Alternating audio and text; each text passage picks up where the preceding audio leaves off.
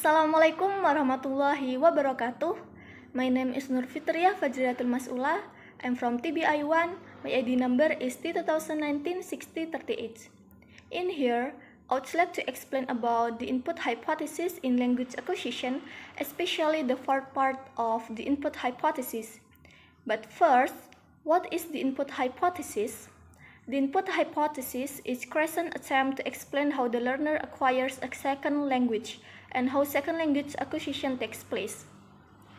Now, what is the four parts of the input hypothesis?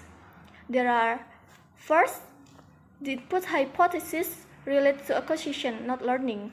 Second, we acquire by understanding language that contains structure it beyond our current level of competence, E+1.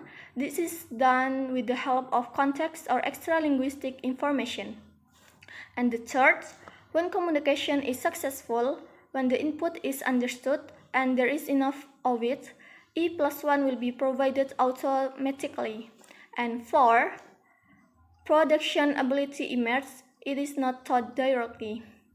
Now, for the explanation for the four parts of the input hypothesis. First, the input hypothesis relates to acquisition, not learning. Posits the process that allows second language learners to move through the predictable sequence of the acquisition of grammatical structures predicted by the natural order hypothesis.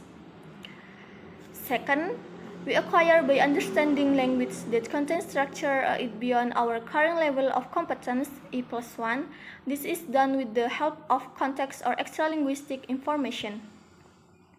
According to the input hypothesis, second language learners require comprehensible input, represented by E+1, to move from the current level of acquisition, represented by E, to the next level of acquisition, represented by +1. Comprehensible input is input that contains a structure that is a little beyond the current understanding, with understanding defined as understanding of meaning rather than understanding of form of the language learner. Since not all of the learners can be at the same level of linguistic competence at the same time, Crescent suggests that natural communicative input is the key to designing a syllabus, ensuring in this way that each learner will receive some E+1 input that is appropriate for his or her current stage of linguistic competence. And the third, when communication is successful, when the input is understood and there is enough of it, E+1 will be provided automatically. That part of the input hypothesis says that input must contain E+1 to be useful for language acquisition.